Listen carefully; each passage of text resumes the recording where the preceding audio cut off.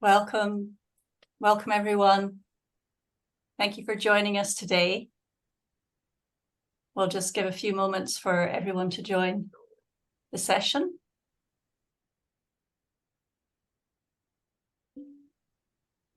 So welcome to the Growing Compassionate Hearts Conference 2023.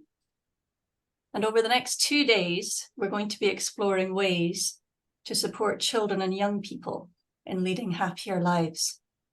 And this conference is organised by the Foundation for Developing Compassion and Wisdom, FDCW. So we're a non-profit dedicating to creating a more compassionate world. And my name is Victoria Coleman. I serve as the Executive Director of FDCW. So in just a few moments, I'm going to be handing over to the moderator for this session, Mabel Odyssey. But first, I wanted to share with you why we decided to host this conference. In essence, we were inspired by FDCW's patron, His Holiness the Dalai Lama, who so often emphasizes the importance of teaching values to our children. His Holiness is a strong advocate for secular ethics and the practice of the good heart. So what does that mean? I think it's about caring for oneself and others. It means developing a compassionate attitude towards ourselves, our family and friends, animals, colleagues, loved ones, all beings who share our planet. So many of the problems and sufferings and challenges that we are seeing in today's modern world are man-made, and we can solve these as long as we start to cultivate values that nurture us and our world. We are human beings who need affection and love to survive and to thrive. So by nurturing a sense of caring for ourselves and others, we can grow and solve the multiple crises that we see around us. How are these crises impacting our young people today? Well, in the United States, the Surgeon General has just published a report concluding that loneliness and isolation is now a recognized public health concern. This report uses the word epidemic, an epidemic of loneliness. The Surgeon General, Dr. Vivek Murthy, told us that people begin to tell me that they feel isolated, invisible, insignificant. They felt that if they disappeared tomorrow, no one would even notice. So recently I had a conversation with a friend of mine who brought this into sharp focus for me. He described his 18-year-old brother and his 16-year-old sister as both having no passion or interest in anything at all in their life. They just felt hopeless. They had no sense of what they could do with their life, no ambition, no meaning. And we know we can see suicide rates and self-harm and so on raising among our young people. So we have what's called a mental health crisis. And today is Mental Health Day, in fact. So we think, how can we teach our young people that their life is meaningful and has value, and that their lives have tremendous potential, and their mind is limitless, and the true nature of them is infinite love? How can we give them this sense of belonging? What habits can we teach them that will result in a more compassionate world? How do we encourage a compassionate culture in our schools, in our families, in our communities? With all these questions in mind, before the summer, the FDCW team sent a message out to our global community, and we received loads of responses from people who are actually working to bring compassion and values and mindfulness to children and young people in their countries. And it was so heartening to see what's happening all around the world. It was pretty difficult to choose who to invite to speak today, but we did it. And we wanted to share the projects and the impact they're having. Some of the people have been working for many decades in this area, and they have tremendous experience and knowledge and skill to share with us. So we wanted to harness and share that inspiring energy and these activities, and also make it quite practical. So we asked each of the speakers to include some sort of practical component or guided meditation during their speaking slot. So during this conference, 14 presenters will share the ways they have found to inspire hope and courage, confidence and compassion in our children and young people. And I'm really excited to hear from them all. So now I'm going to hand over to Mabel, our moderator, to introduce our speakers for this session. Thank you, Mabel. So we have this morning, Raquel Mason, who's going to share how she's introduced the 16 guideline program to she started for privileged children in India, and this has really impacted not just the lives of the children, but families and on the whole community there. And then we have the Venerable Setsen, who is in Australia, who's going to present on the value of meditation and understanding the mind, and how she teaches this to, well, how she trains teachers to teach this program to children and encourage them to become mindful superheroes. And the final presenter today is Kabir Saxena, who has many years of experience, and he's going to talk about how we can best equip educators and children to face the challenges of the modern world. And I'll just hand over to Raquel, because I'm really looking forward to hearing from all of these speakers. So I'll hand over to you, Raquel. Thank you. Thank you. Welcome. Thank you, Mabel. Thank you, Mabel, for the introduction. And thank you, FDCW, for giving me the opportunity to present my project the way I am trying to teach the children the 16 guidelines. I would like to talk a little bit, first of all, about how I came to know about the 16 guidelines. I came to India in 2005. I came for a retreat in Bodh Gaya with Lama Zopa Rinpoche. And after the retreat, I stayed some days around Bodh Gaya. And although I had traveled to India in several times to different states, I had never been before in Bihar. And especially, I had never come to have a direct contact with the community, which is known like the Dalits, or the scheduled caste here in India. Which are at the bottom of the caste system in India, right? They live in the slums. And before, I knew very little about them. Here in the villages around Bodh Gaya, there's so many. Mainly people come to Bodh Gaya to visit the temple. They come for teachings, and they only come to know that very small part of Bodh Gaya, but all around Bodh Gaya, there's so many villages where there's a lot of poverty, and where this community especially, they suffer a lot of discrimination. I'm trying to make you understand who are our beneficiaries, right? How the poverty, they have to struggle daily, which also brings a lot of violence and unhappiness in a way. So I came to meet a little boy, 5 years old, called Akshay. That is why my school is called Akshy School. He was the first little boy I met. I helped him paying for some medical treatment. But after that, once I had that experience and I saw how they were living, I really couldn't go back to Spain and go back to my comfort life, right? And keep on with my job. Then I was working as a tour leader, as a guide. I've been working as a guide for more than 20 years around Europe. So I just couldn't, there was something there holding me. So then is how I decided to start a small school.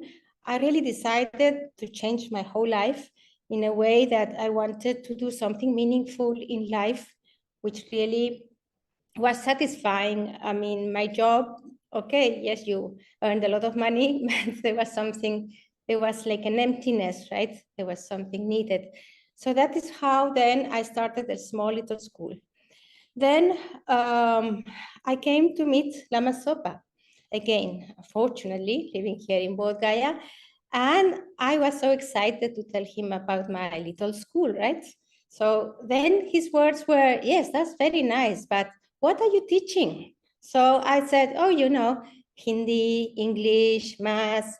Oh, very good, very good. But the important thing to teach the children is to teach them to have a good heart. So then, of course, after this advice, I started thinking, well, yes, that's true. You know, I must do something about it. That is how then I would try to look for some information. First step, Maitreya School. I went to Maitreya School. There I met Dick Jeffrey, I think his name was Jeffrey, not sure the surname. He was very nice. And he was the first person who talked to me about the 16 guidelines. So he said, you know, he gave me like to look in internet where I could look at it. So I started studying it, reading about. Then I also, of course, met Kabir Sasena, and I requested him, please, to give a short introduction of universal education to my teachers. So that was very nice because he gave a workshop about universal education. That was really the first contact that my teachers were having with the program. My idea was really that through the 16 guidelines, together with the academical subjects, we could say, the children could have enough tools to face life and especially to change their community. I believe that for this community, they needed really education because this was going to be the first generation who were going to have education. All the parents are illiterate. 95% of the children in my school, they all belong to this community. So they are the first generation who are learning to read and write. And that is how then the project started, we could say. So in 2008, I decided that if I wanted for this project to work, I needed to be here. So I decided to leave my job and I sold my house to have some money. And I came to Bodh Gaya. I came here to Anwar village because we are 4 kilometers away from Bodh Gaya. And I have been 17 years here in India managing the project. And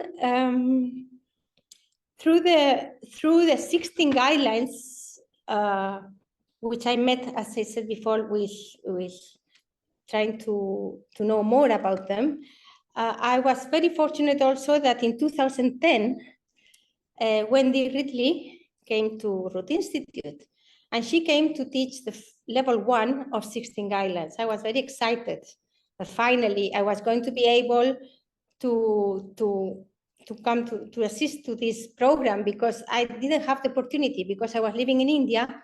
It's not like when you are living in Europe that many courses are going on. So then I assisted, and when I really came to do this course, I was just so happy because I really thought, you know, this is the way.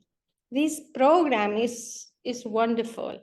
With this program, really, we can achieve what we are looking for.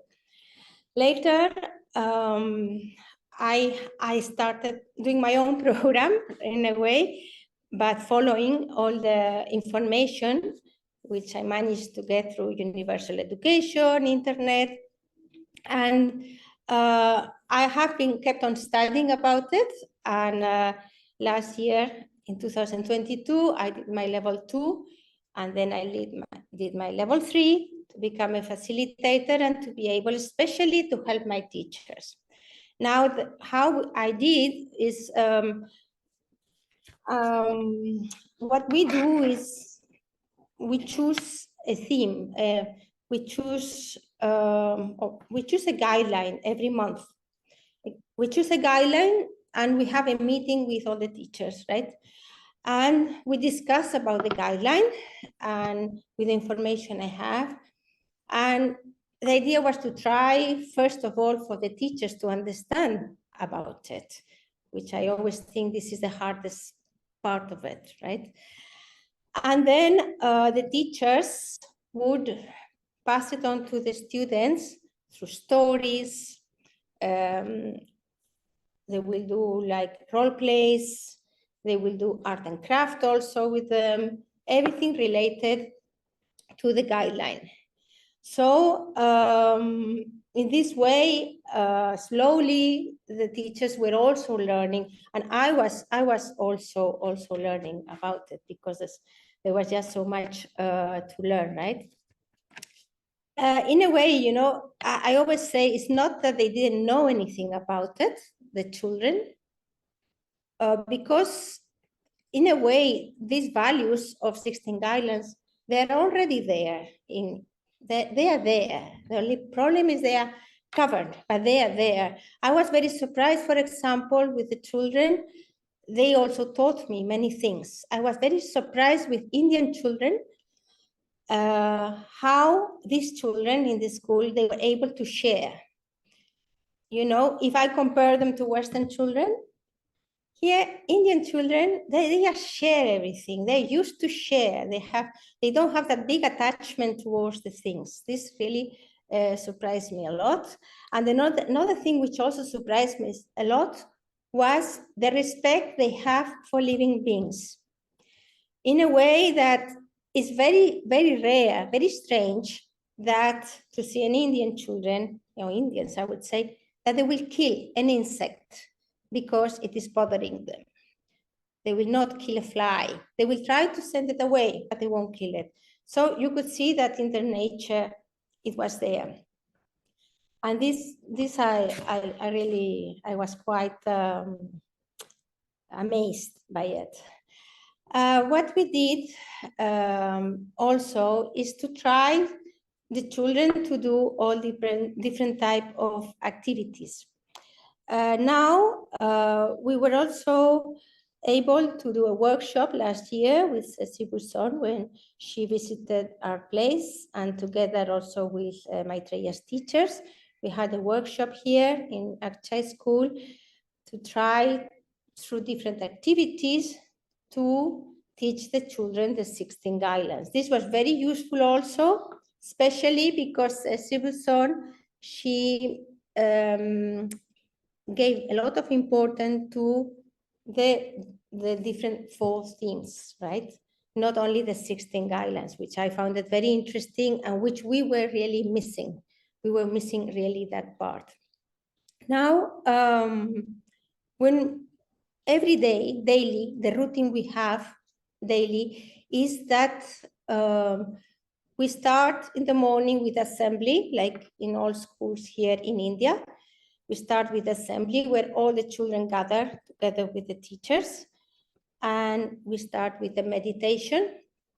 Normally it's breathing meditation and also some guided meditation. And this guided meditation will be about the guideline which we are studying. Let's say, for example, now at this present moment, they are doing generosity, right? So the children at the same time will establish a motivation related to generosity. At the end of the meditation, the children, if they want, they can share the motivation they have made, or that they want to carry on along the day, or they can also share some of the motivations which they were successful last day or last week.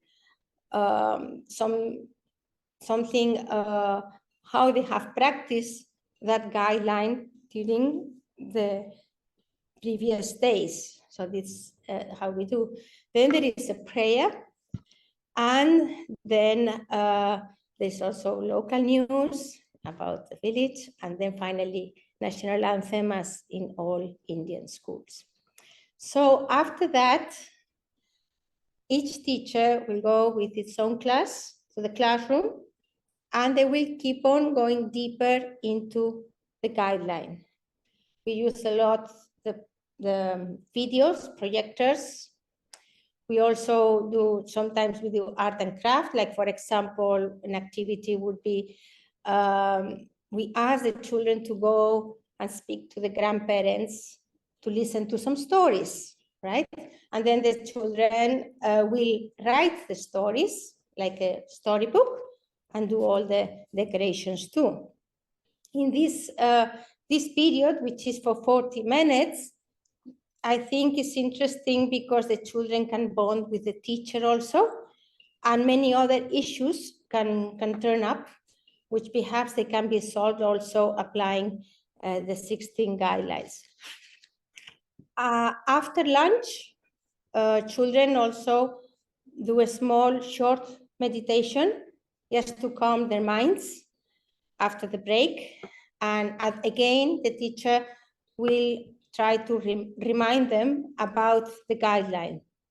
And finally, in the dedication, again, they will do the dedication related to the guideline.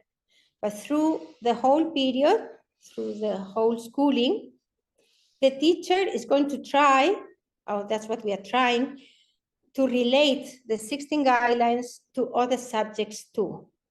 So, for example, if they're teaching science and they're talking about nature, about the wind, the trees, the river, so how can the teacher can use the word generosity, as we are talking about the guideline of generosity, how nature is so generous also with us, and try to make this connection between the 16 guidelines and all the different subjects. I think is very interesting, and it's a way to practice the 16 guidelines the whole day, not only that hour which it is taught first thing in the morning. There is a part which I think is very important, is that the children also do some activities outside the school. So we do have the eldest children, I mean, we are teaching from nursery up to class 8. And after class 8, what we do is we keep on supporting the students to finish matric, which is just before college. And then we support them also if they go to college, and also we support them when they go to university. If the children want to keep on the studies, we also keep doing this, right? So with the senior students, what we do also is that they participate in a program we have in our NGO. We are working with education is the biggest area, we could say, in which we are working, but we also work with empowerment for women. And also we have another area, which is social area, where there is a program called Dada Dadi. In Hindi, Dada means grandfather, Dadi means grandmother.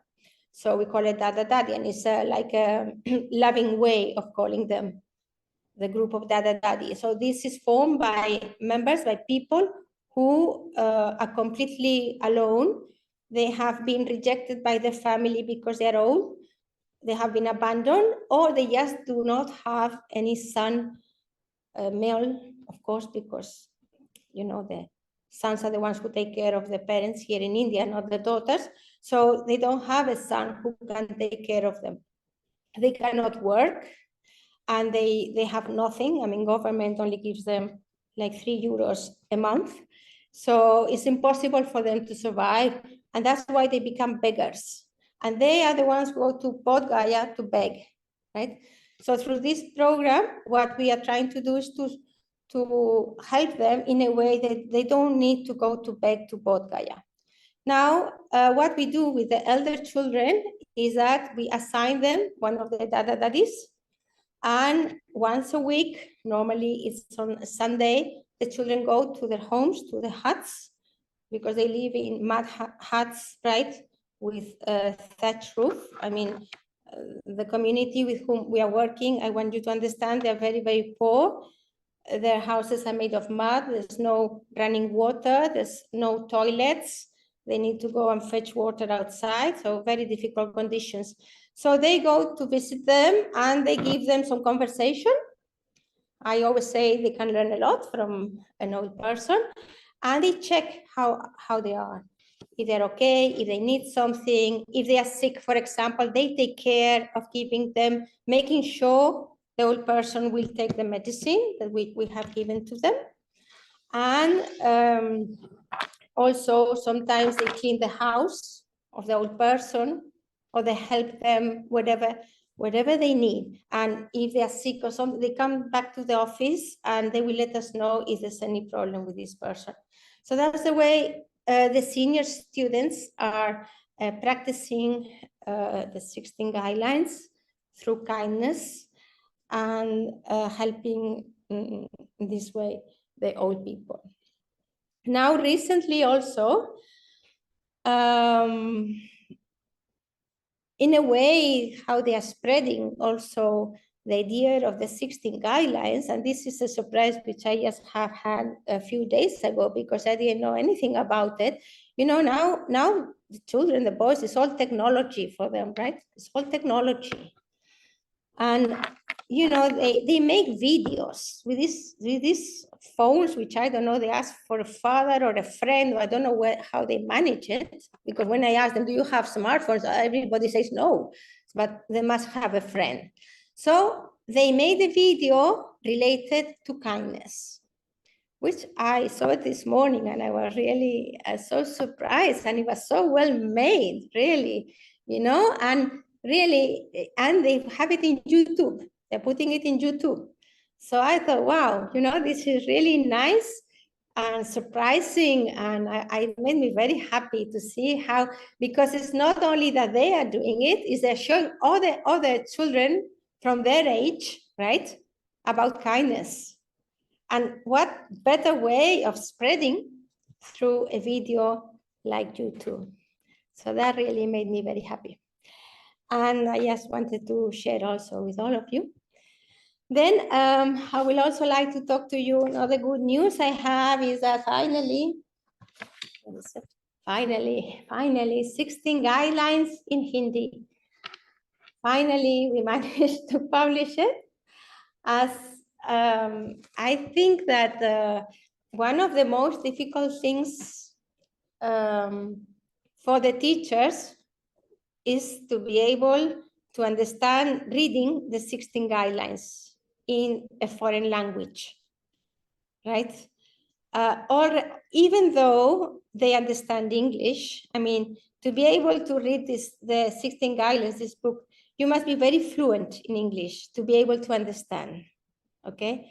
So this is what I found. Of course, imagine talking about 16 guidelines all the time with a translator, right? Because I mean, I speak very little Hindi, unfortunately.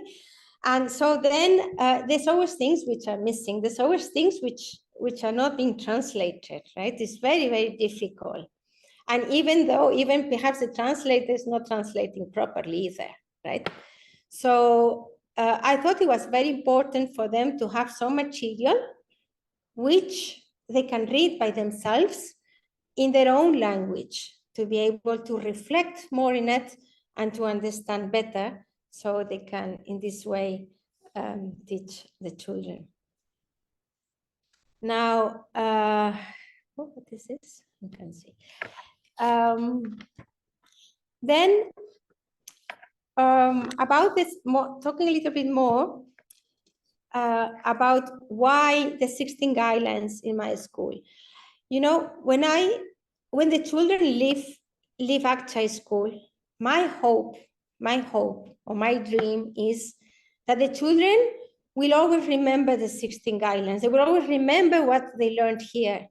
It doesn't matter if the children later they become doctors, professionals, or most of them, because most of them will not reach so high. I know very well, because the family conditions are too complicated for them, right? And this is the first generation. We need a second generation to really be able that the children become professionals. We still need another generation, but at least even if they end up working the fields, working as laborers, as the parents have done in so many generations, I still think that I tell them, if you keep the 16 guidelines in your mind, wherever work you do, you will be able to find some happiness if you manage to have a good relation with your family and your friends.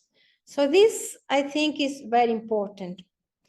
Another very important thing is, when I look at the children, I think, you know, these children that are studying here, especially the boys, because, you know, in India, they have the tradition that the girls will get married with somebody from another village, right? So the girls will leave the village, but the girls will also be able to spread the 16 guidelines to wherever village they go, and among the children, among the family.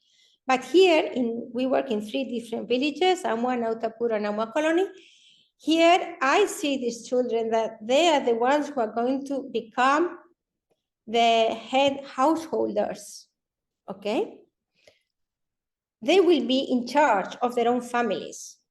So in this way, what I see is that the day of tomorrow, when one of the children who have studied here, now he's an adult, now he has his own family, he has a problem with a neighbor, which happens also to have studied also in Akshy School, right?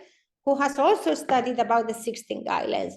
They will be able, instead of going into a dispute, and instead of using violence, like what is happening continuously here, unfortunately, there's so much violence.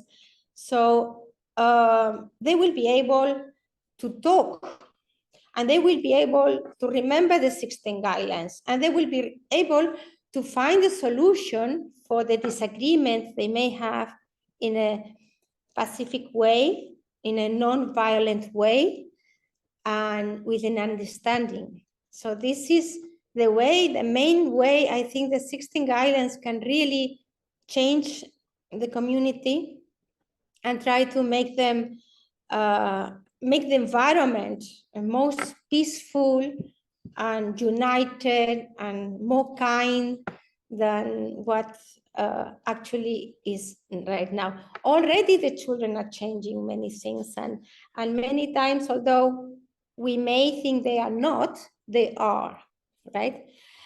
If we talk about challenges, what are the challenges that maybe I find the biggest, more difficult? I think really the biggest one is to prepare the teachers, to have educators who are prepared.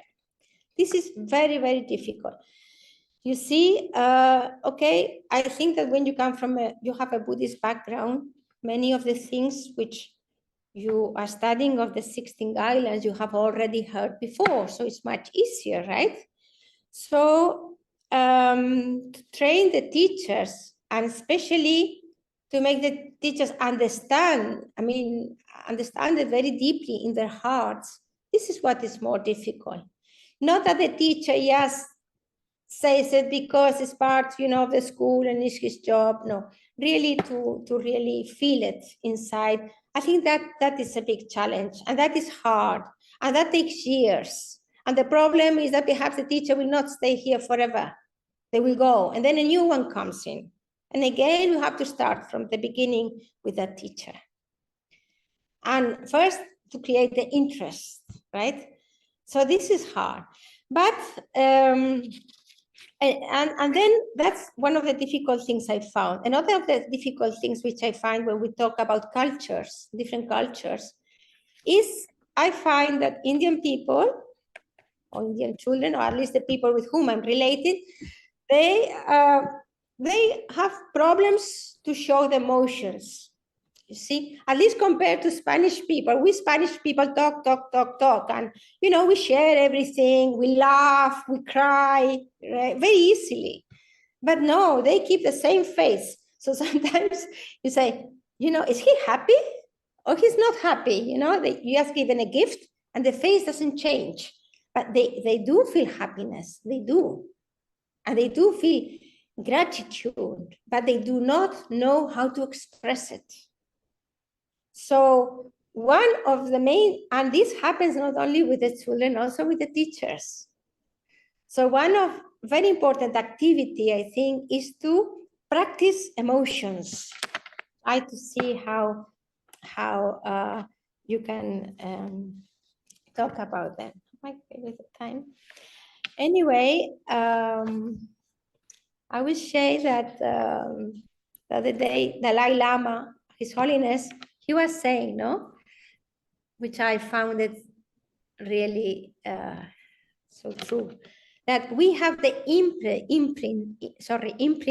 We have the imprints of kindness that we have received from our mother. We already have it. And all the children which we are teaching, they already have it also, right?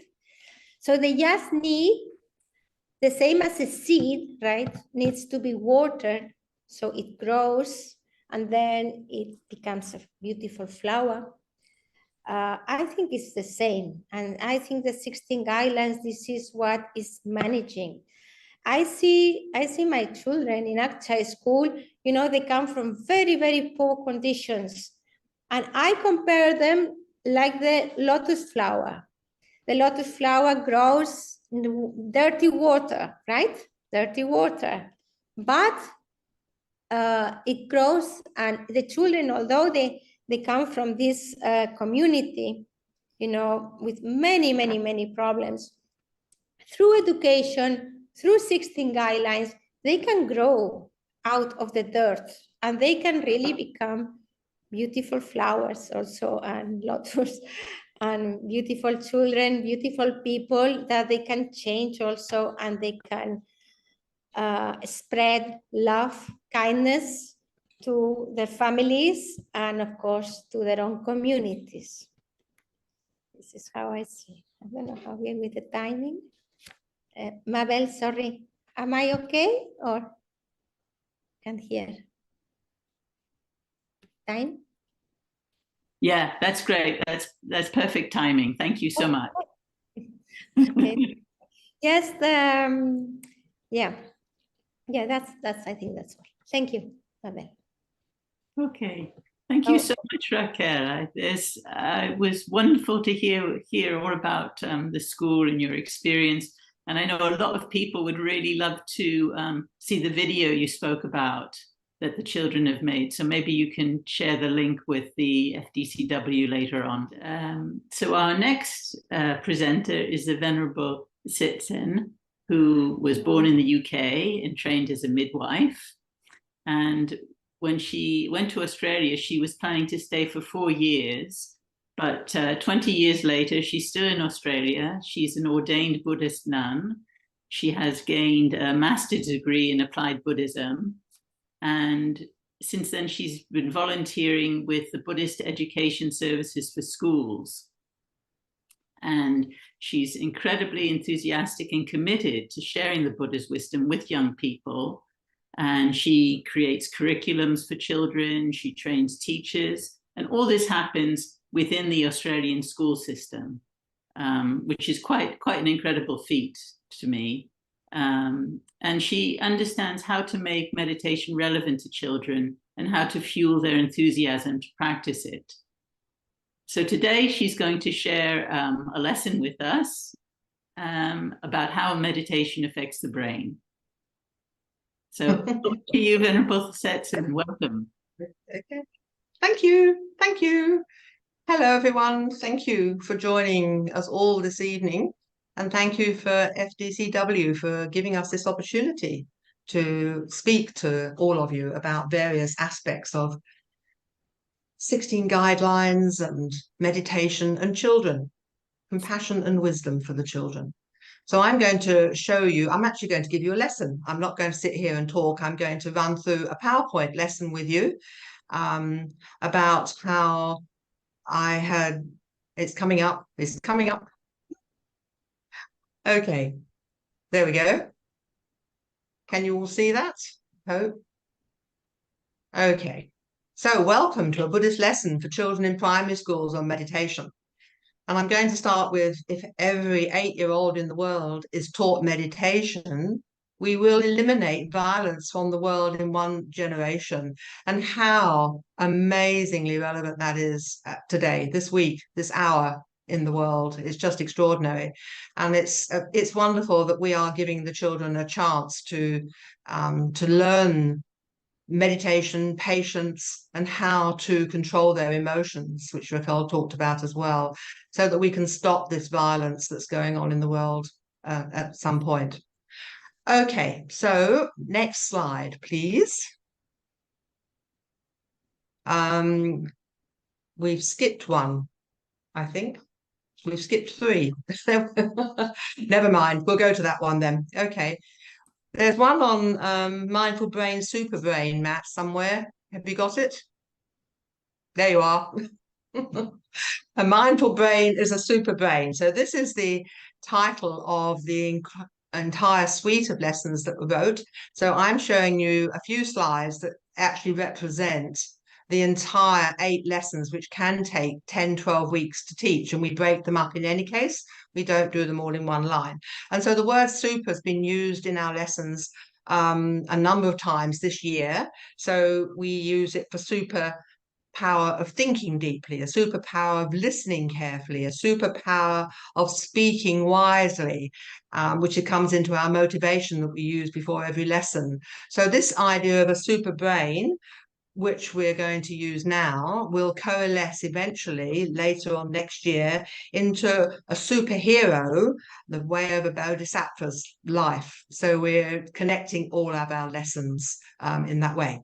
So next slide, Matt, please. Which is the okay. You're missing the meditation one. Well, this is my inspiration. So we teach the children to do meditation. And I have to say that they very often cooperate and sit there.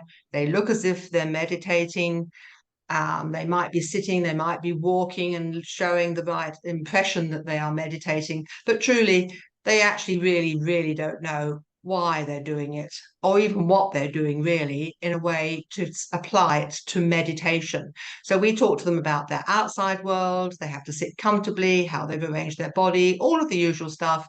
And we then get them to look at their inside world, their heart, their breathing, their digestion, their inside world, but we don't get them to look at their brain. And when they're sitting there like that little girl in the middle, and there's all these little nudges going on and tweaks of feet going out and kicking their neighbor when they think you're not looking, then they don't really understand what they're doing, even though they're settled to meditation in the last slide there. So next one then, please, that Buddhist neuroscientist, Matt. That one. So we designed a poster and we stick this on the door outside of the classroom when we have our Buddhist classes. And so the children become Buddhist neuroscientists at work. And some of them take copies home for their bedroom doors or their walls. So it adds a whole exciting flavor of there being very academic here. And that's quite a nice thing to be able to do. Okay, next slide. And we'll start with a neuron. Keep pressing. Yeah, neuron. So we talk about neuroscientists. What does this mean for them? So very briefly, I'm not going to go into any of this. It's connecting all parts of the brain. We talk about this neuron and interconnectedness. So we can start to relate this later on in other lessons to interconnectedness when we get there. And we can look at our brains. Neurons are the connection. We don't really have to do anything, but wait. We actually do have to do something. We can do something. And if we can make it all work more efficiently with our meditation and mindfulness practice, so that will help us all day, every day, to make better decisions and actually to be nicer people. On the whole, that's what this is about. So next slide, please, Matt. And now, we've missed one. We've missed the first video. Sorry. Right, you're going to watch Hello, a video learners. now. This is your brain. It's a decision-making, emotion-feeling, language processing, silly face-making, hard-working factory. And just like a factory, it has many sections that perform different jobs. There is so much going on inside your head, so why don't we go and take a tour of your extraordinary brain?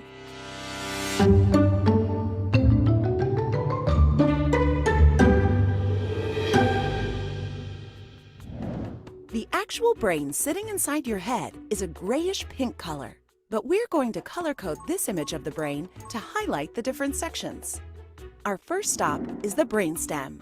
This connects directly to the spinal cord and is responsible for involuntary actions. That means all of the things our body does without us thinking about it. Things like our heart rate, our breathing, and our digestion are controlled by the brainstem.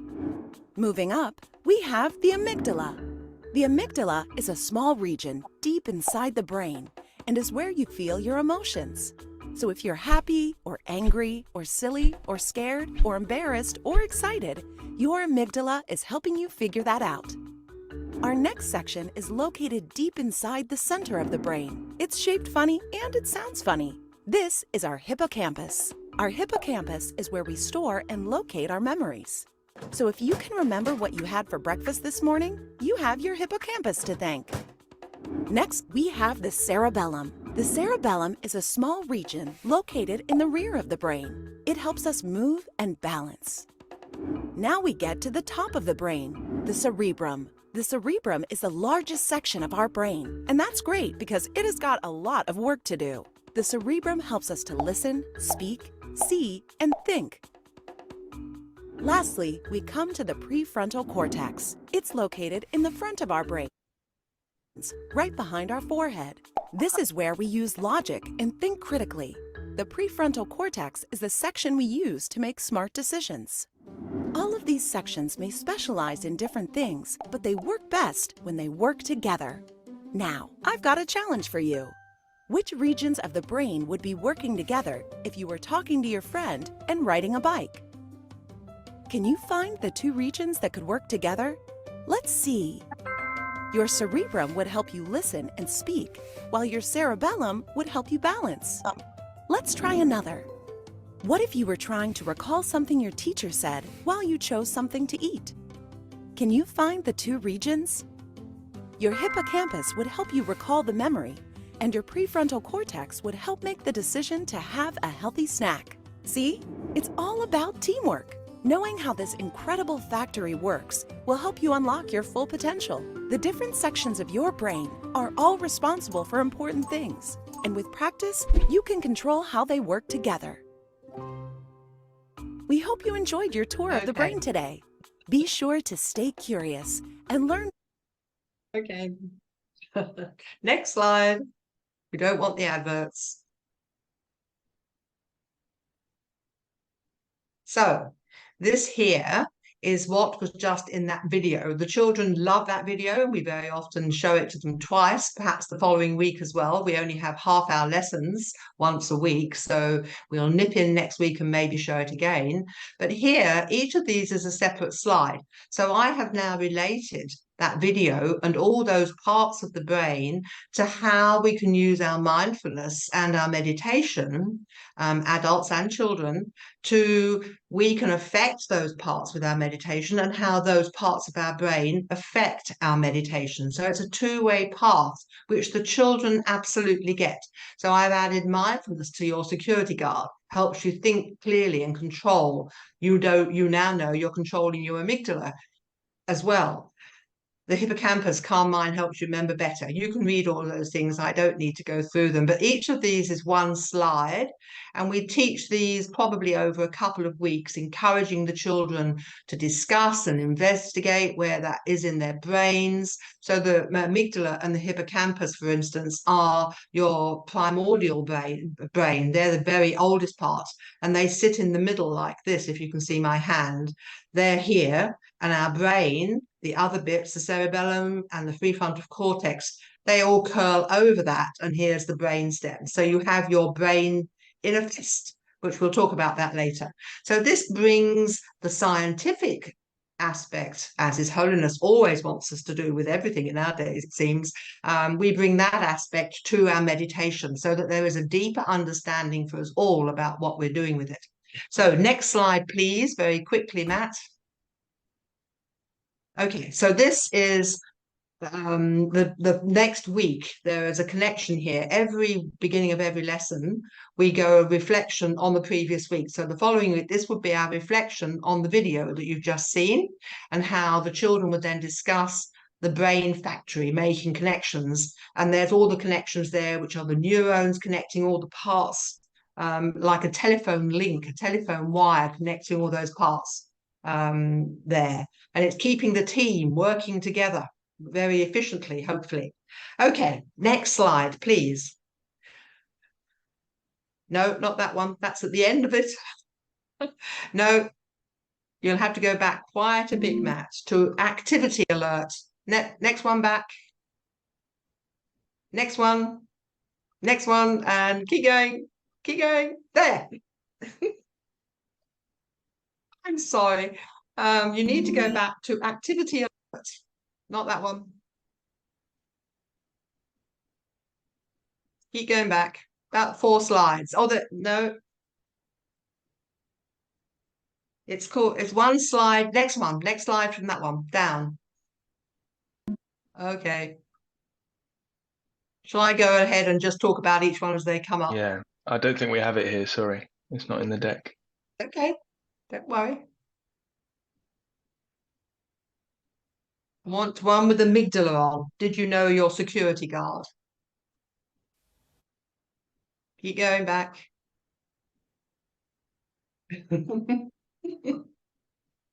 Nearly.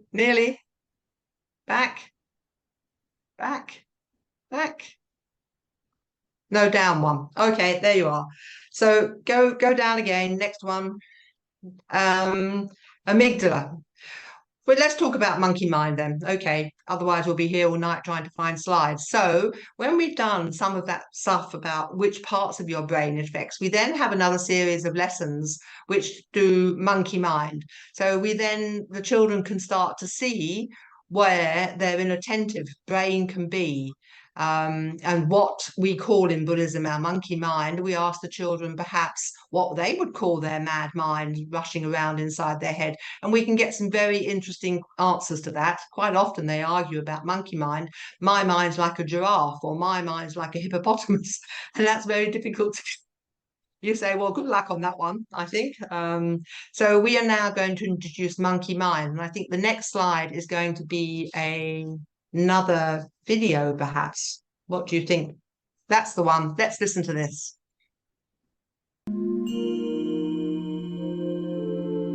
We can meditate everywhere, anytime, even 3 seconds, 2 seconds, while you're walking, while you're having coffee and tea, while you're having meeting, so you can meditate. Many people has a little bit misunderstanding about meditation. They think meditation meaning think of nothing, concentrate. So push too much. So we cannot block thought and emotion. In fact, we need thought and emotion. So whether you listen to your monkey mind or not, that's the issue. What I call monkey mind, mine is chatting, pala pala pala yada yada. So monkey mind is giving your opinion. So whether you listen to opinion or not, it's up to you, right? So through meditation, what we do is we have to make friends with the monkey mind. But how to make friends? Just giving banana doesn't work, So right method is you need to give job to monkey mind. How to give job monkey mind? So the simple meditation technique is be aware of the breath. So you ask monkey mind, hello, what's breath? So monkey mind says, yeah, good idea. And be aware of breath. Breathing in, breathing out, breathing in. There's a lot of thought comes at the background. Don't care, no problem. So as long as if you're not forget your breath, anything is okay. No need too much concentration. Just simply be aware of your breath. Breathe in, out, in. Even 2 breath, 1 breath. So therefore, we can meditate everywhere, anytime.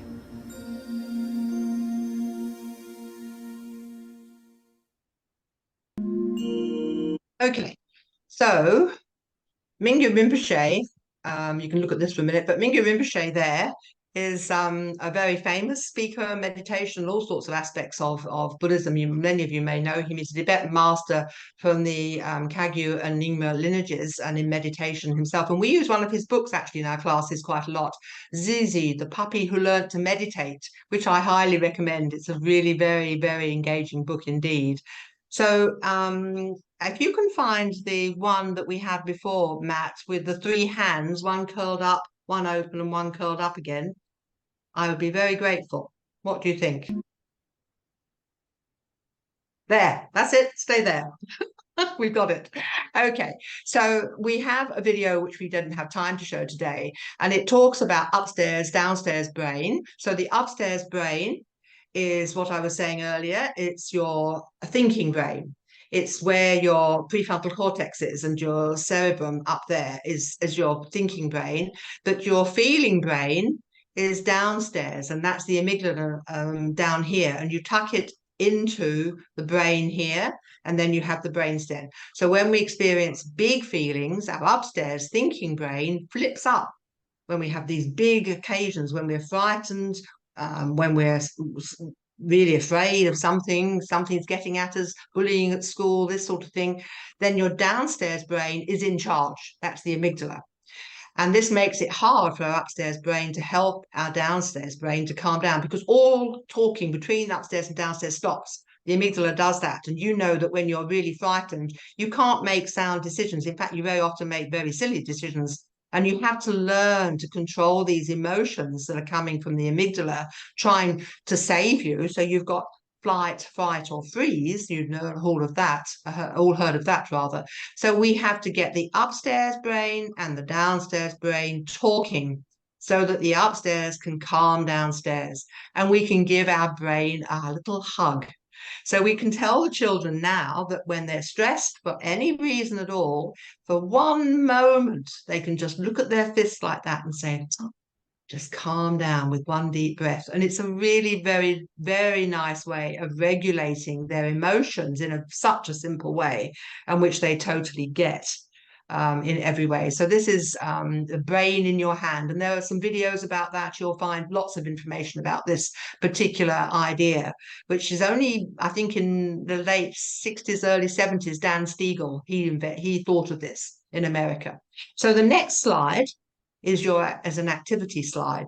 Oh, no, actually stay there, Max. That's good. So this is, this poster goes into the children's journal. We have journals for the children, and they build up a Dharma book over the whole year. So this one they put in their journal, so they've got something to refer to. Your thinking, calm choices upstairs, big feelings that take you over downstairs, flipping your lid, or take a deep breath and give your brain a hug. So simple for all of us, really. Okay, thank you. Next slide. What are we going to get? We can work with it.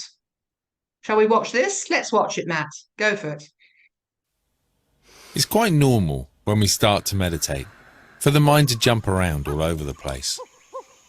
We might find it tends to chase after all the little things, to be constantly moving about, from the present to the past to the future, in fact, to rarely be still at all.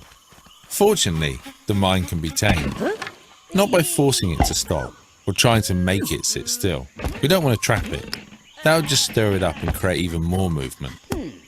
But by training the mind, having an awareness of when our attention has wandered off, and gently bringing it back with a kind and friendly hand. In this way, the mind slowly becomes a little less restless. It also becomes more comfortable with this idea of sitting still. In fact, it might even come to enjoy it. This analogy for the mind has been around for thousands of years. Thankfully, so is the knowledge that, with time and practice, we can learn to train this monkey. Okay, so that slide, if we stay there just for a second, comes from something from the UK called Headspace. I don't know if anyone's heard of this. I think they're quite a big organization now. They started in 2010, and Richard Pearson is the executive, I think, and the Andy Puddicombe is the voice that you just heard there. He was a monk within my tradition, I believe, some time ago. He is no longer there. He's disrobed and he's married, he's got a child and so on. But their global mission is to improve the health and happiness of the world. And they have many, many of these little videos, and they are just wonderful, all of them. We use them quite a lot in the classroom.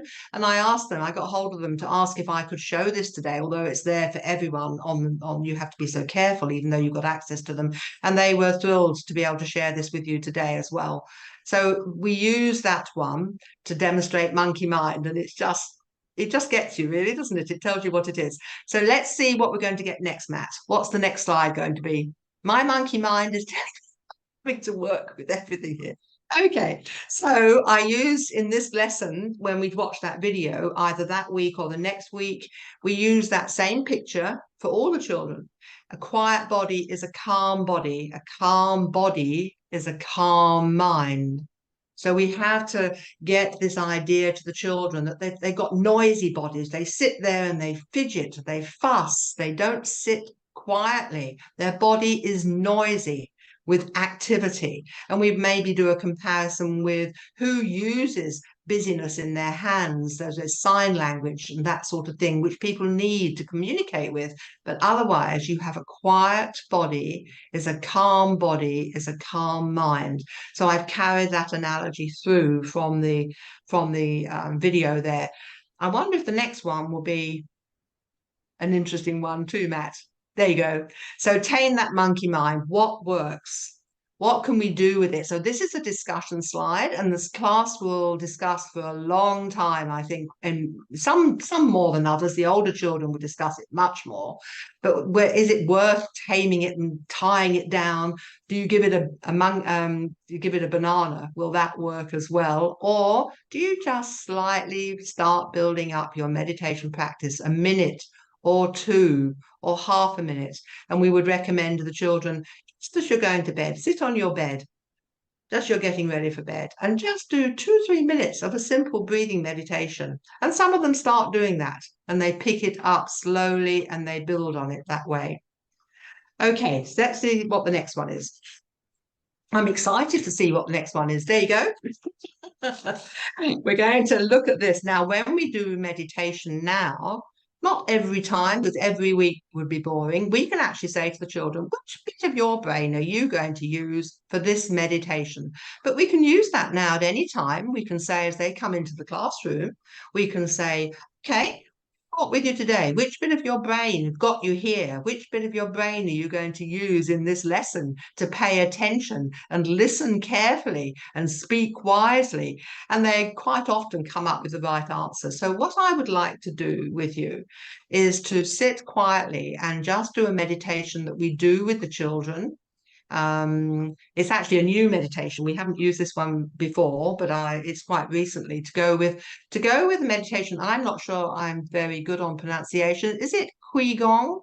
I don't know if that's how it's QI and then GONG, which is movement and flowing movements to express different ideas. And we've just started using that. And from that comes a meditation called the inner smile, which I would like to do with you now, just very briefly, that we would do with the children. And it was especially asked for by Victoria so that she can do some meditation with her children that might make them smile at the same time. So if you want to just do this with me, just for a few minutes, I'm sorry it's going to be a little bit short, but we've got 5-6 minutes to do this, so we can dwell on it a little. So whatever position you like for meditation, whatever comfortable position. It's not a meditation on pain, so just sit quietly, take your breaths, make sure that you're safe and comfortable. And when you're settled, in your mind's eye, see that you have on your face, your own face, no one's looking at you, so don't worry, a little smile, not a big grin, just a little smile. You can feel it on your face. You can see it in your mind's eye. How does it feel, that little smile? Does it feel comfortable? Does it feel awkward? I think it'll be comfortable. Be happy and content with that smile. And then your smile gets adventurous and it actually goes down into your neck. And there your neck is smiling. Your face is still smiling and your neck is now smiling. Can you feel that? What does it feel like? Can you put a colour to that smile? Colour would you choose for your smile? I'm going to choose a big, bright yellow, just like the sun.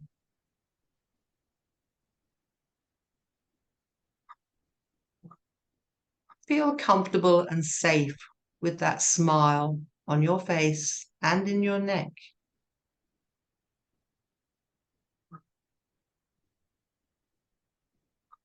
And then that smile travels down your arms. It gets to your elbows. And now you've got smiling elbows. Can you feel that smile in your elbows? It's very nice. And then it progresses right down to your hands. And so your thumbs are smiling now. And your first finger, and your second finger, and your third finger, and then your little pinkies. They're all smiling. And they've all taken on that warm colour that you chose for your smile. And you feel very comfortable and very safe.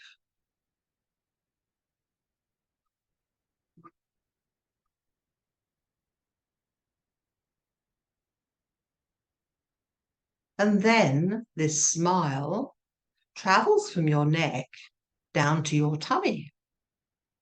So now you have a smiling tummy as well. And that feels really nice.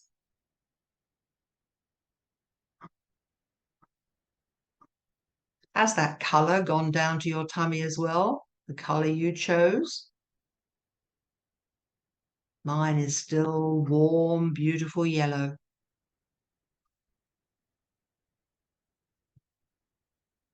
Enjoy that feeling.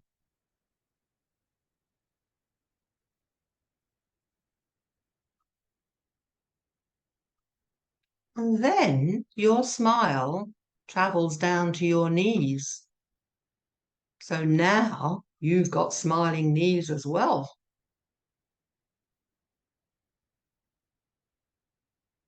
And then, of course, it goes to your toes, all the way down, from your face, now down to your toes. So you have smiling big toes. And your first toe, and your second and third toes are all smiling. And then your tiny piggy toes are smiling as well. And they feel lovely. They feel warm and comfortable and very safe.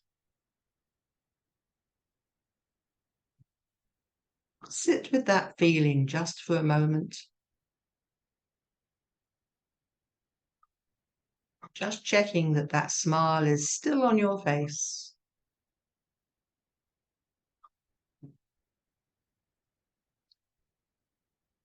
Now that you have this whole body smile going on, you have enough of it to share with other people.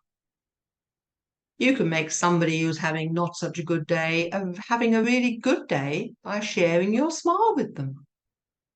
You can transfer it to your classmates. If I'm talking to the children, I would get them to share it with the class, the teachers, then the whole school. And then they can find, you can feel that your smile is still there. It's still big and you're glowing with that beautiful colour. And you can now find that you can send that smile to other people. Perhaps you can share it with your parents. Send it to them and you can see them smile in your mind's eye. And your brother and your sister and your aunties and uncles. And the whole of Brisbane is now smiling because you're smiling.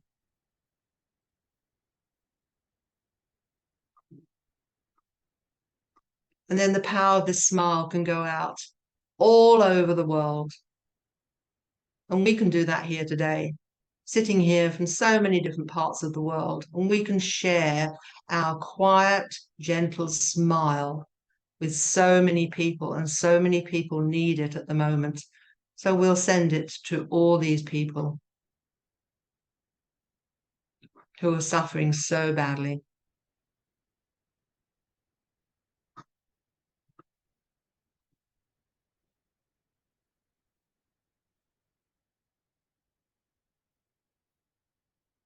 And then you can just wiggle your smiling fingers just a little bit, wake them up. And you can wiggle your smiling toes. And just shake your smiling head. And then open your smiling eyes. And I hope that you feel just wonderful, having shared all of that with the troubled world. And I thank you for listening to bits of my story. My monkey mind chased those slides around all over the place, but we got there. Thank you.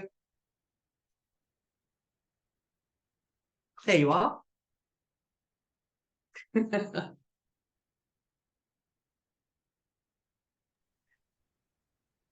Thank you so much, Venerable Tenzin. That was really wonderful, and to end up sharing our smile with everyone across the world is really, I feel I'm beaming. Thank you. Yeah, so now maybe if everyone takes just 30 seconds to stretch before our next speaker, and I'll tell you a little bit about him while you're having a stretch. Our next speaker is Kabir Saxena, who grew up in India and the UK because his mother was Indian and his father is British.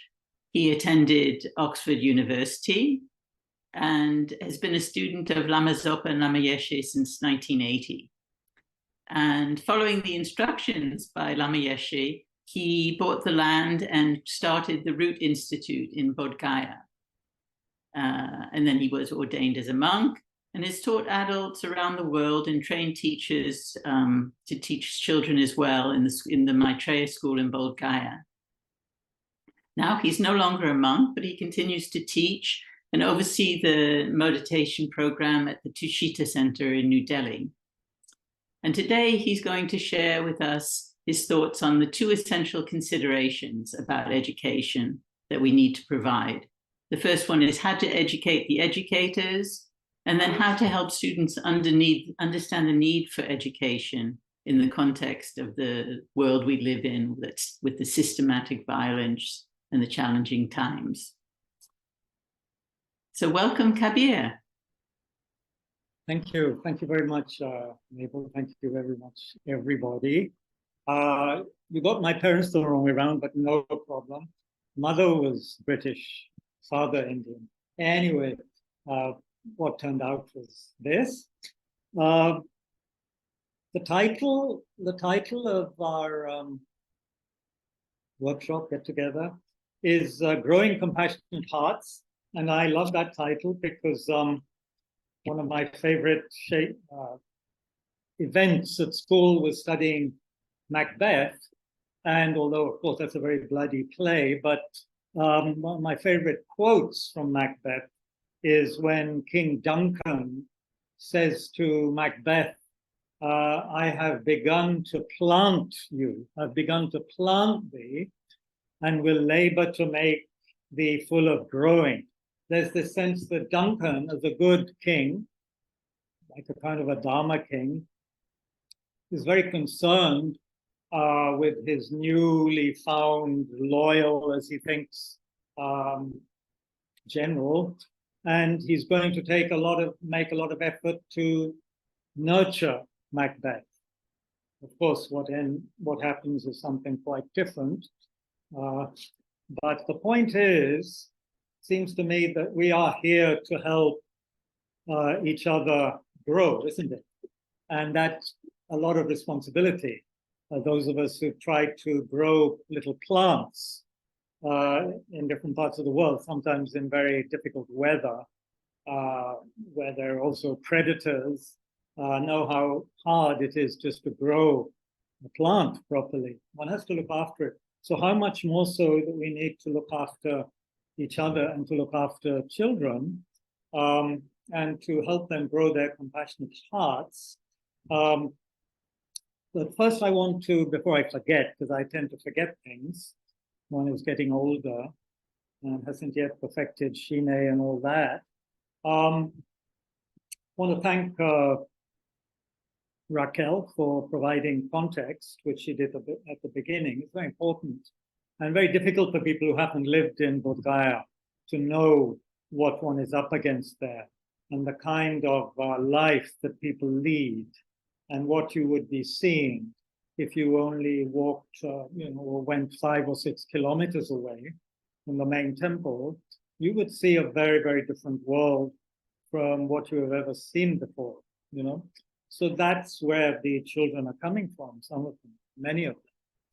And I also want to thank Venerable Setanla for the lovely last meditation, which was super duper. And the words I remember from that is warm, comfortable, and very safe. Warm, comfortable, and very safe. It seems that that is really the kind of environment. Well, actually, many plants grow very well in that kind of environment, don't they? Warm, comfortable, very safe. Those of you who know Kew Gardens in England and the very warm and moist places there where plants are growing, huge plants in London.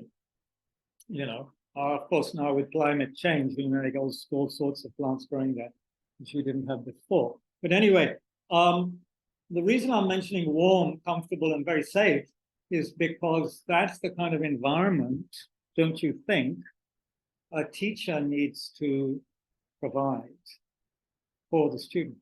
The student has to feel, in a sense, totally safe, warm in the sense of, feel nurtured, feel there's a kind environment, to feel very comfortable. And in that environment, the student can flower in goodness. I love that phrase of Krishnamurti's, the great Jiddu Krishnamurti, who has influenced me a lot, and whom I feel very, very happy to quote again and again, because also Lama Yeshe had asked us to invite Krishnamurti to share the stage with His Holiness way back in 1984, which we couldn't then organize because Indira Gandhi was assassinated and our whole program was cancelled. Anyway, so the challenge here is, as Krishnamurti himself said, is not so much educating the children, beginning, you have to educate the educator. So what does he say about educator? This is very instructive. And all of it, of course, links up with the 16 guidelines. Nothing is disconnected here. But if you look at that, and I wrote them down today, like a good student, I actually wrote them by hand, all the 16 guidelines, to remind myself. To be quite honest, I haven't been working in a school environment much at all in the last 12, 13 years, though I've been teaching in Delhi, adults, who are in one way much more difficult to get through to than children, because we're more set, aren't we? So I was looking through these 16 guidelines, and it's just extraordinary. And it fits beautifully with of course, whatever Krishnamurti is saying. So what does he say? He's starting with Indian context, because this is taken from a talk that he gave in 1948.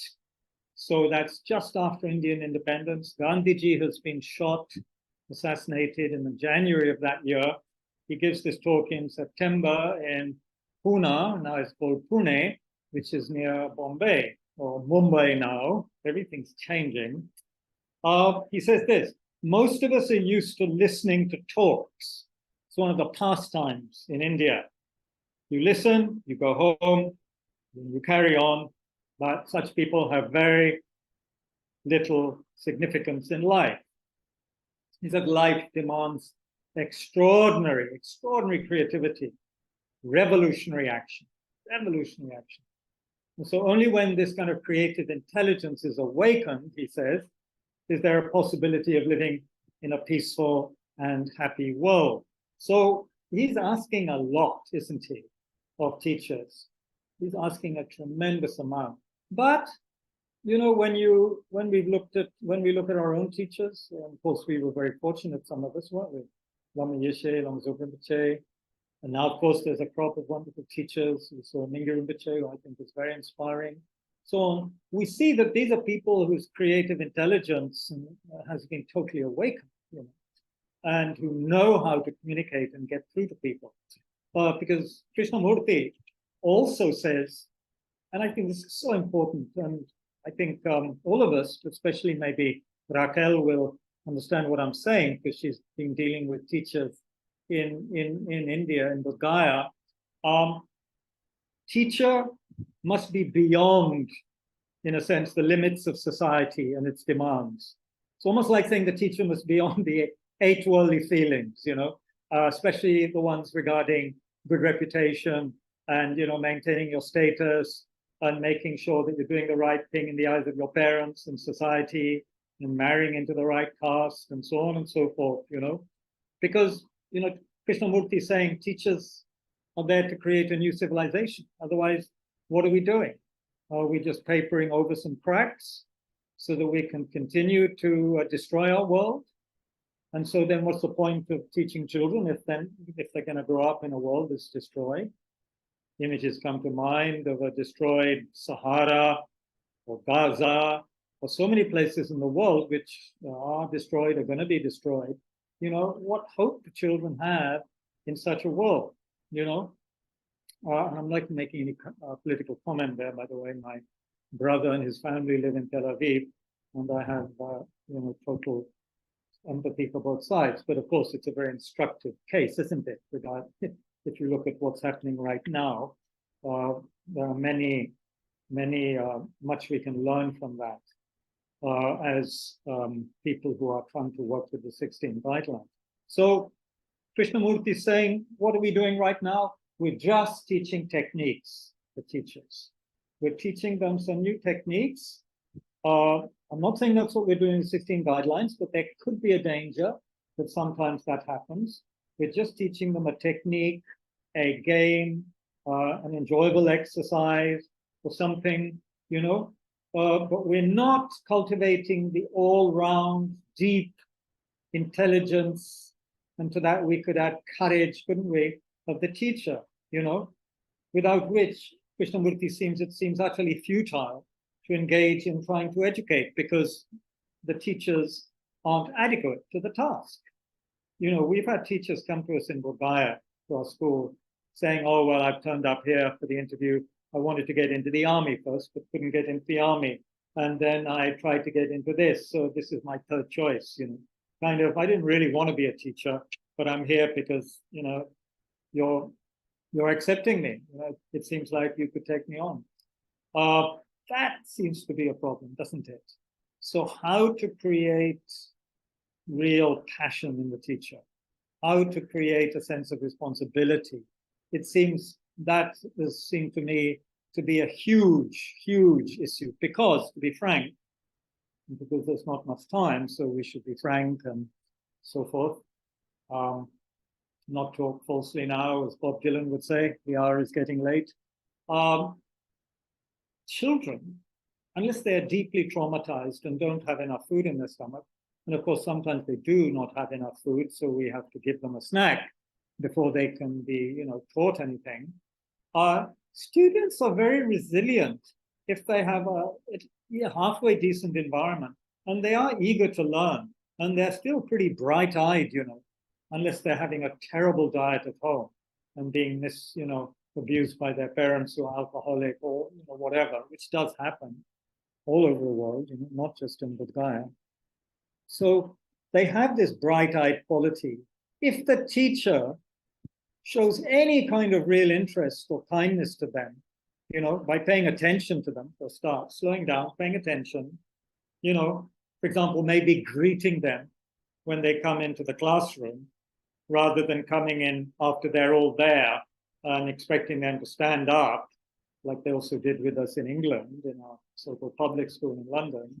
You know, if they actually looked at the student and had, you know, done a few exercises, like in a smile occasionally, then, you know, and had reflected on the situation they're in, the context, then the student in that kind of environment, a nurturing environment, where the teacher is eager to make the child full of growing not by forcing in fertilizer information, but by knowing that the student has an innate quality.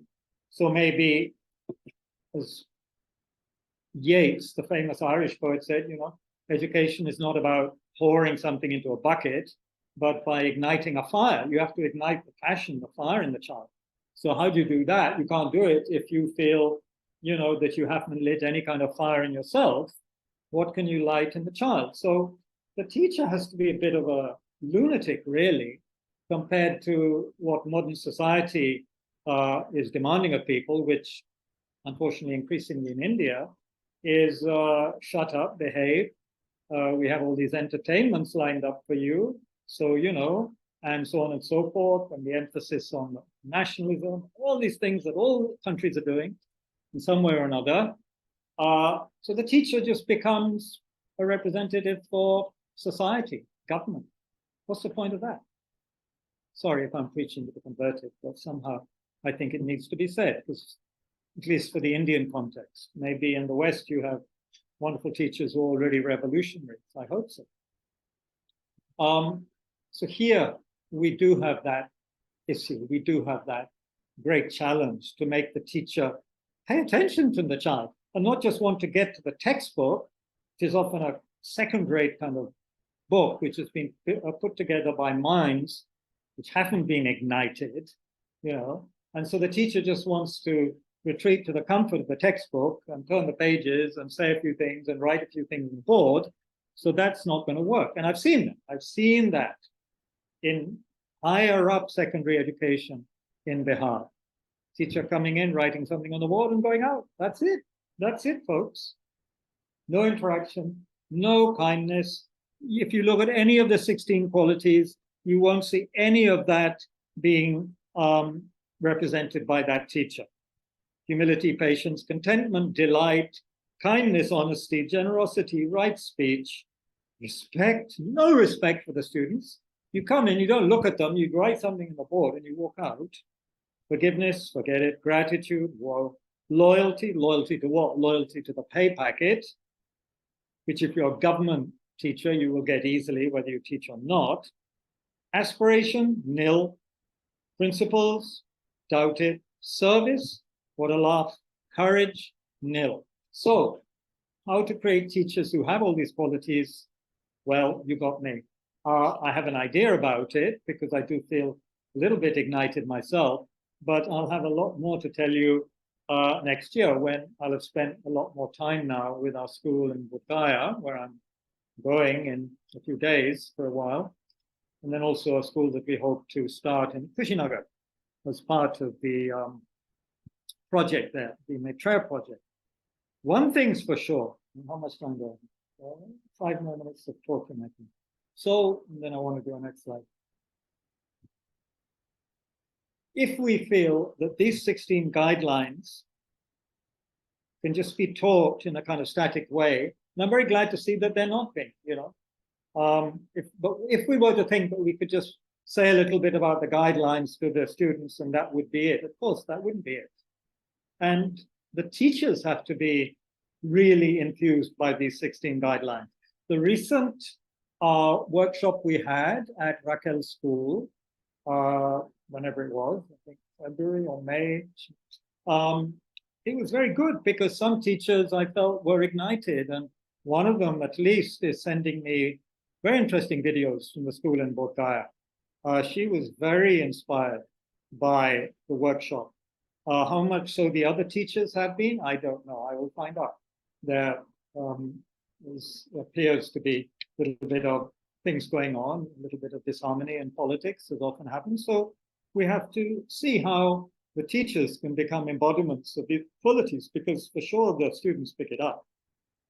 And that bright-eyed quality, the instinct to learn and to cooperate, can be nurtured, but only by the right kind of teacher. And in terms of competition and comparing oneself with others, which is something, again, that Krishnamurti has brought out a lot, which is totally destructive of learning and compassion and kindness. I was just speaking to a student, Tushita, this morning, who had come all the way from quite a distant part of Delhi to talk to me. And you know, her parents want her to become an officer, an IAS officer, and so forth. And she said how she'd been kind of so upset and made miserable by the kind of education she'd had, because they were so competitive. They had exams every day in this school she went to in, I think, Hyderabad, South India. And the comparison with each other, the competitiveness, it's really made her upset, because she knows in her heart that's not the way to be. It's not the way she wants to be, you know. So I told her, you know, forget about being an IAS officer, because if you become an officer like that in the Indian government, you'll have to listen to the bureaucrats, the high bureaucrats, and more importantly and more horrifically, the local politicians and so forth, and your life will not be free. You will not be able to do what you want to help people, especially if you want to help people a lot. There will be many obstacles in your way. So become a teacher, I told her, where she'll get maybe a tenth of the salary or whatever, but I didn't tell her that. Okay, so we need very unusual people who, unless they're going to work in government schools, are not going to get initially very good salaries, and maybe they will later, but right now they're not going to. So they have to really love children and be willing to nurture them and, you know, make them full of growing. So this is a huge challenge, and I keep on saying it's a challenge, and there's no quick fix. There's no quick fix for any of these things. Studying, listening, meditating, for sure. What worked at the school when I was there was debate, discussions, drama, things that involve people, things that get them moving, you know, get their blood circulating, if you like, get the brain and the brainstem and the amygdala, everything working together, you know, and meditations on compassion and wisdom. I remember, and maybe Victoria was around that time a lot, I remember Dick Jeffries being so enthused coming back from a workshop or some event with Rinpoche, where Rinpoche had been so happy with a kind of working title that had been agreed on. I think wisdom through understanding, or was it compassion through understanding? This sense that it's the connections, it's the interdependence, it's the interconnectedness we have to really work on in order to enthuse people, to make them see how everything is connected. The way you walk into school in the morning as a teacher, the students are looking at everything, right? Everything is a part of everything else. You know, how you talk to them, how you look at them, how you talk and interact with the other teachers. You know, how do you do that? How are we behaving with each other? So, so that I keep the time and we can have lots of lovely questions and discussion, which is much more important than just listening to blah, blah like this. I'll just have my modern mantra I will disclose to you, which is of course totally plagiarized from an introduction to Wendell Berry's essays, this marvelous, courageous farmer poet from America who left New York, the Big Apple, to work his land, which had been traumatized and misused for decades. So he brought his land back to life in Kentucky and is a marvelous writer and poet, and highly recommended for everybody to stay sane. Although one of his chapters is entitled Why I Do Not Own a Laptop, Computer. So you might want to ignore that one, but the rest is very good. So anyway, the quote is this, the magic mantra is this. Okay, and this is part of now the exercise, right? So as the Listen in Mother program in Britain in the 60s would say, are you sitting comfortably? Then we'll begin.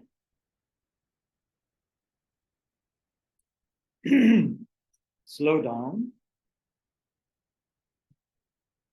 Pay attention. Do good work. Love your neighbor. Love your place where you live. Love your place. Stay in your place.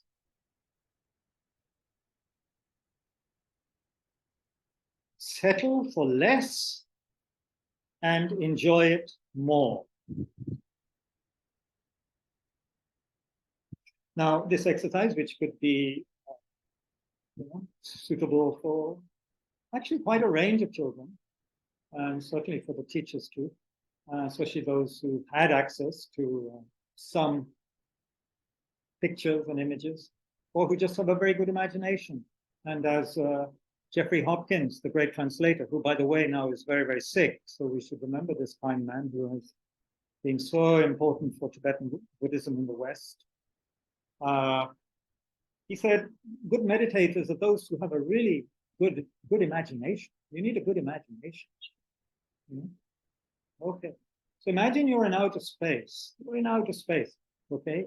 These amazing, amazing, vast spaces, and these beautiful galaxies and stars of outrageous colors, which you have not seen maybe back on Earth, You don't see it back home in your suburb or in your village.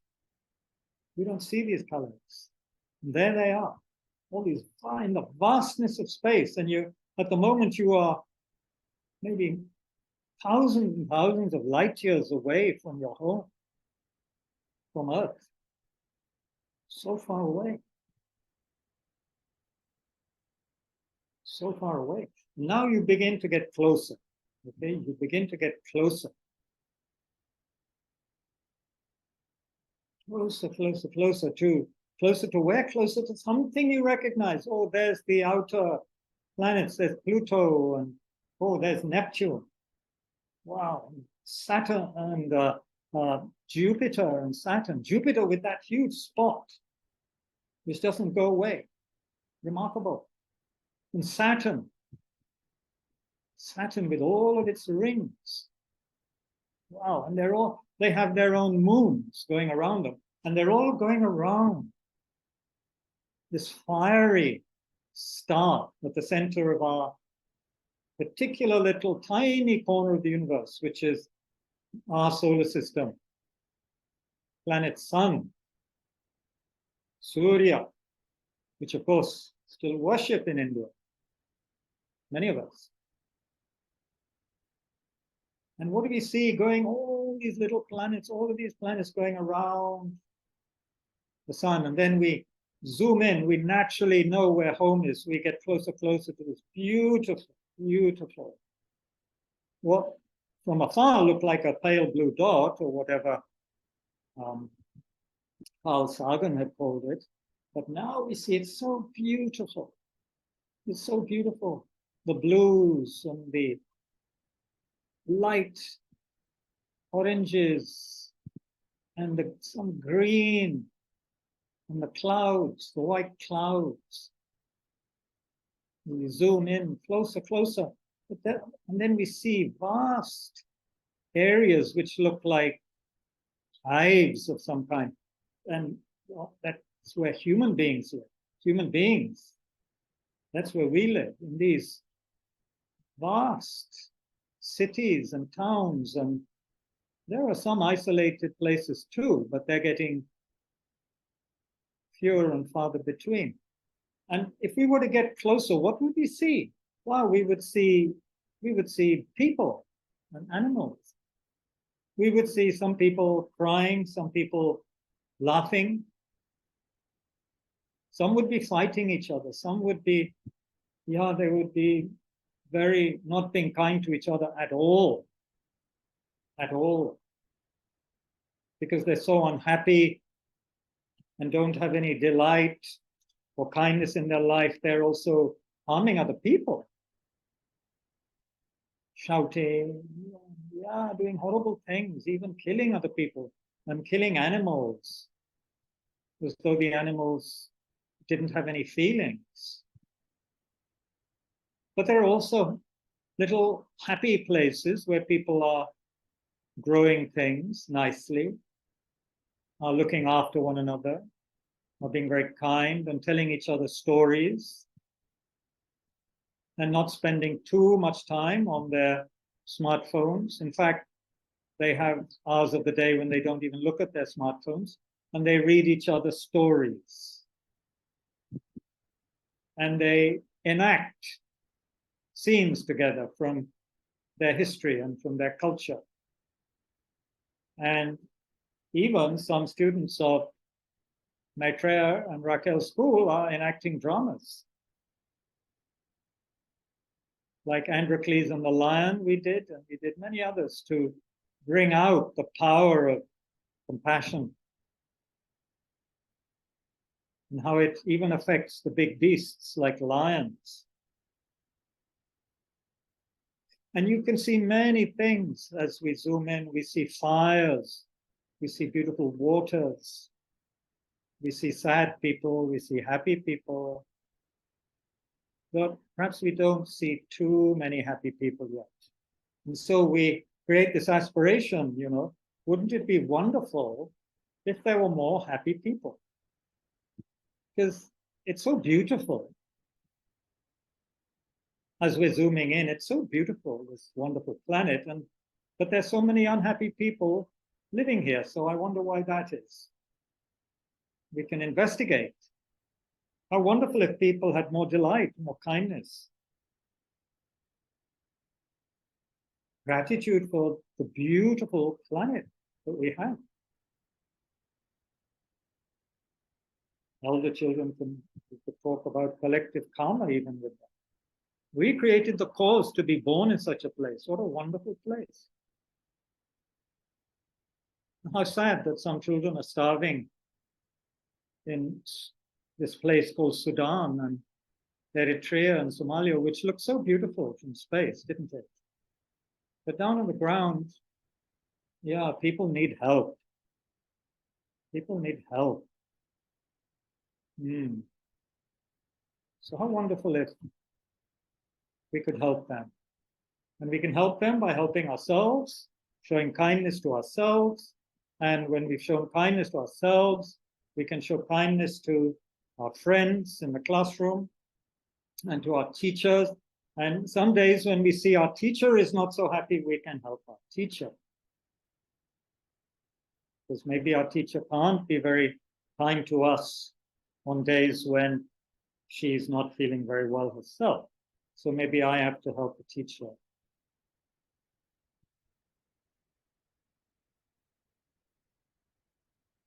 And then, of course, at the end of any practice or dedication, we dedicate for the happiness and welfare of everybody on this beautiful planet.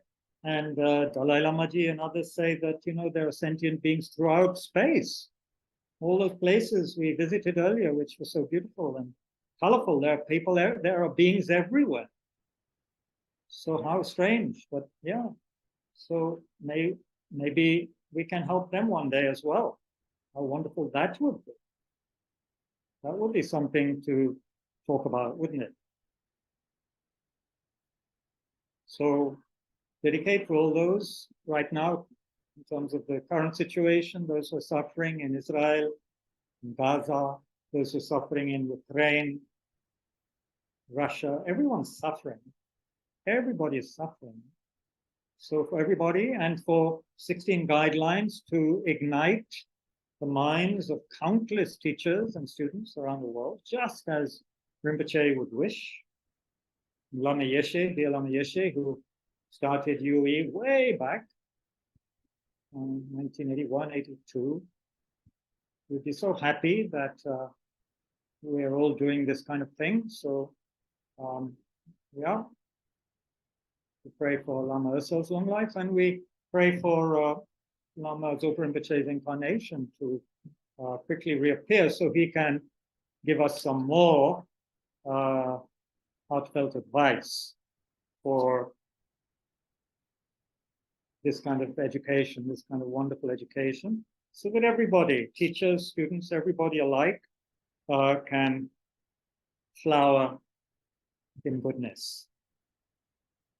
Thank you very much. Thank you.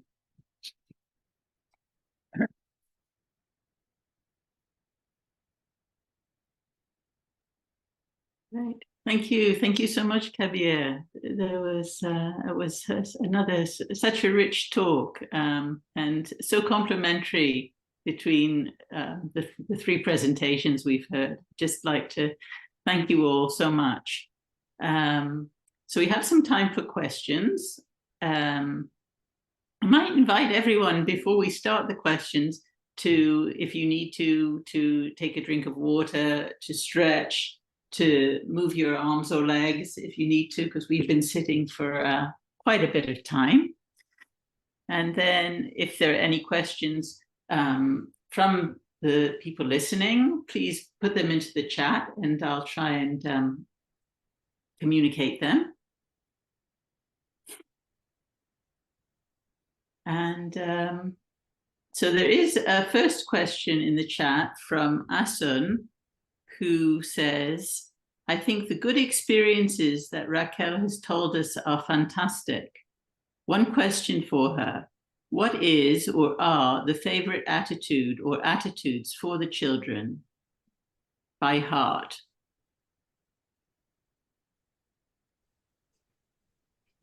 Yes, I think the attitude which they understand better is kindness. I think through kindness, kindness is, they understand, it's easy. Even the very, very small children, 5 years old, 6 years old, they manage to understand. They manage to understand that, for example, to give a massage to the mummies or the papas when they come home after a very hard work in the field, they are giving love, they're giving kindness to them. They learn also, for example, to care, be kind with animals, right? These children, you know, the caste to which they belong to, they, because of poverty, they happen to catch rats, right, to eat.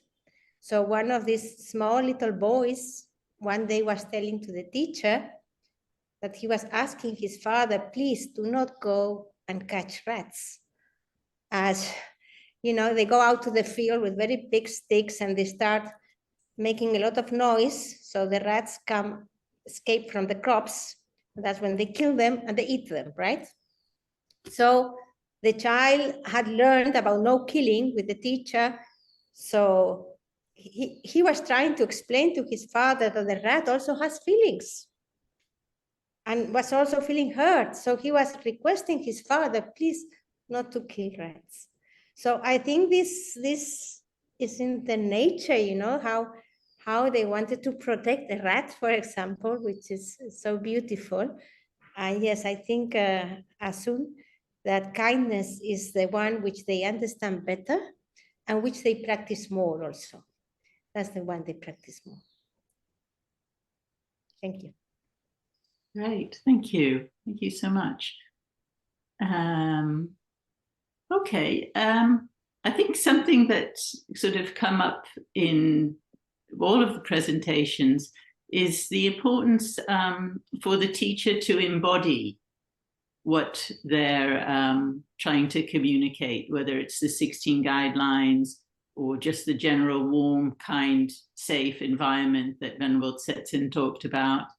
And how can we help the teachers to embody these values, and so that they communicate them as they walk through the door, as Kabir said, and how do we function so that we ignite them? We can ignite the teachers. Venerable, you go first. If you want.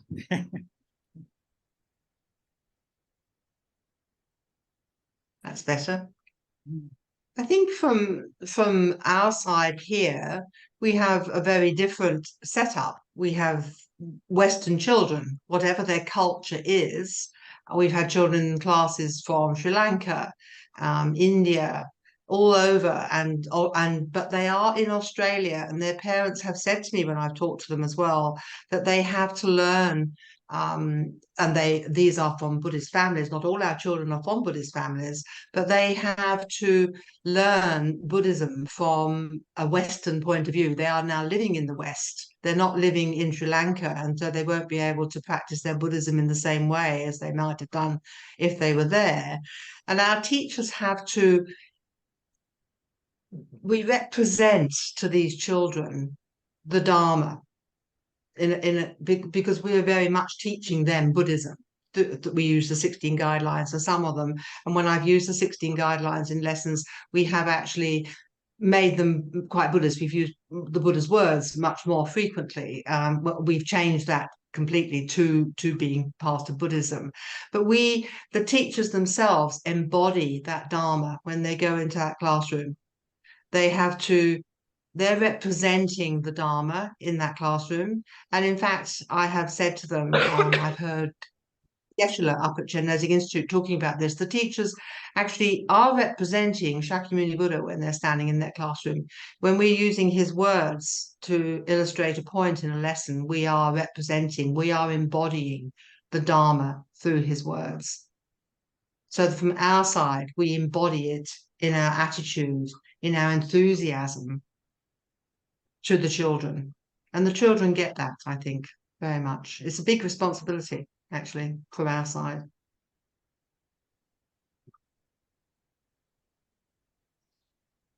Yeah. Well, may I say something? In the modern world, we're in such a hurry, aren't we? Our whole way of life has changed. Those of you who are over 40 or 50 know what I'm talking about. So we perhaps don't realize that it takes time to train a teacher, But as a teacher trainer or someone who has been involved in helping train teachers, it's just going to be a little bit of a long drawn-out process, but we can take inspiration from our teachers, right? People who remember Lama Rinpoche, we saw what kind of qualities they had. We saw how they interacted with people. In the beginning, there's no harm us trying to, impersonate them, mimic them. I mean, I don't mean exactly, but we also get inspiration. In the beginning, it will feel perhaps a bit fake, but we also try to be like that in our own way. So then gradually, it becomes less of just an aspiration or a hobby, and we become more and more like that. And we're able to really infuse the teachers. But one basic thing is, slow down and actually be with the teacher. Don't be in a hurry. Don't give them any idea that you're more interested in, in the next message that may come on your mobile phone. But you're really just interested in them right now and in whatever activity you're engaging in as part of the training process. Of course, that attitude of kindness, that's what we're supposed to do. We're supposed to remember compassion as much as we can, and kindness, as Raquel said. And that is what influences people. That is the best kind of fertilizer and nourishment for human beings. And it seems to help plants too. They prefer Bach and Beethoven to heavy metal. There's a kind of a kindness in Bach and Beethoven, perhaps, that is not there in certain other kind of music. Anyway, it's to do with vibration, isn't it? What kind of vibration are we bringing in our interactions with people? And we know people who can disturb the atmosphere immediately, right? Just by walking into a room. And we know others who do the opposite. It's so soothing when they walk into a room or start talking to one, because one knows that they care and that they are kind, and that they have time for me. And I think when the teachers can feel they are loved and cared for by the trainers and the management even, we should all be, in a sense, also practicing something, right? So then the teachers will become more and more able to pass that on. And like everybody will feel that they are part of a more kind of a sane mandala, if you like, a beautiful garden, rather than a place which also has a lot of poisonous or toxic plants in it. It would be like a mandala, right? But this takes effort, doesn't it? So it takes paying attention, which I'm not very good at. Get distracted very quickly. So I'm looking forward to being in Bodh Gaya and with the teachers, because I just feel very fortunate. I don't have any bone to pick with any of them. I'm not on anyone's side. So I feel very fortunate and privileged. So let's see. And then we can have another conference. So we can all report back on our progress or whatever happens. Sorry, a bit long-winded. I would like to say something. I think that about embodiment of the teachers, when the teacher starts applying the 16 guidelines to his or her own life, and they start seeing how useful it is. I mean, the teachers who have been long time here and they have been studying the 16 guidelines, they are applying it to their own life, to when they have problems, especially family problems. They have applied courage, for example. They have applied patience. So they feel they feel how useful they are. So then is when is a good moment that they can pass it on to the children, because they become role models also in a way, and they can pass this feeling. It's not that something they've learned like ABC. I mean, they have experienced, and because they have this experience of seeing how useful the 16 guidelines is, that is the moment, I think, in which the teacher is really teaching the children, when they have the experience, when they have applied the 16 guidelines to their own life. I think that is very, very important. Well, great. Thank you all so much for sharing all your experience and wisdom and kindness with us all here today. It's been a really wonderful morning. And let's imagine that all these seeds that we've planted for compassion and kindness today seep out and spread on the winds, all the winds all over the planet and other planets, and touch all beings everywhere.